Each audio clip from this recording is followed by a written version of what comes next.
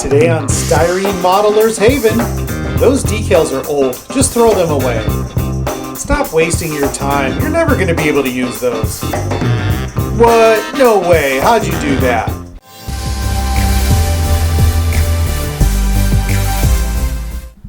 So you found the markings for your next build on a sheet of decals that's decades old.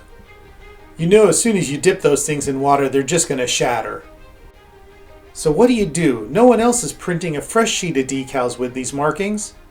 To try and get rid of any of the yellowing in the decals, you can tape the decal sheet to a window that is exposed to sun and leave it up there for a few days, up to a week, and it can actually bleach out the yellowing in the clear film.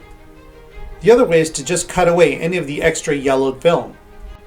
The other issue, of course, is the decals are so old that they become brittle and will shatter as soon as they hit the water. But that's easily solved by spraying 2 to 3 coats of a gloss lacquer on top of the entire sheet.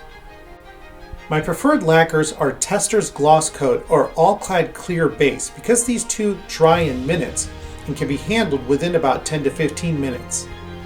Acrylic gloss lacquers, like Tamiya's X22, usually takes about 24 hours to completely dry before you can dip it in the water, but it is still an alternative. When you're ready to test it out and see if the gloss is going to keep the decals from shattering, always try to find a decal that you're not going to use on your build, something that you can sacrifice. Now with a little bit of gentle handling, you should be able to use that old decal sheet. So there you go, a simple hack to use some of those old decal sheets. Subscribe to my channel and hit the notify bell so you are kept up to date of all my newest content.